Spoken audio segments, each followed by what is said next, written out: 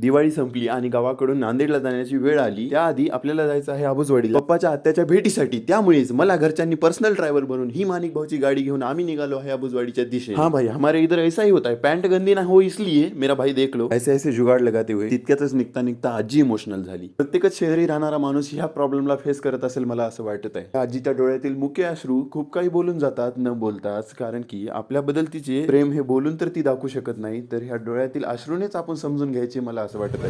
You can catch road from here to Sri Kshetra Bhagwangad and Pathadi. Hi guys, this is Vishal from Limba. Hi guys, this is Mazalgaon. My brother is driving car safely.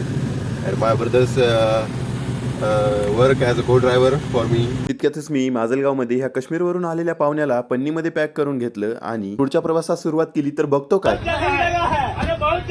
मला ही अडचण आधीपासूनच माहित होती, त्यामुळेच मी ही गाडी घेऊन आलो. भारत के बहुतांश खेडों में देखा जाए तो यही अडचण देखने को मिलेगी आपको. हे सर्व काही बघत मी पोहोचलो पप्पाच्या आत्याच्या घरी, म्हणजेच माझ्या लाडक्या काकूकडे.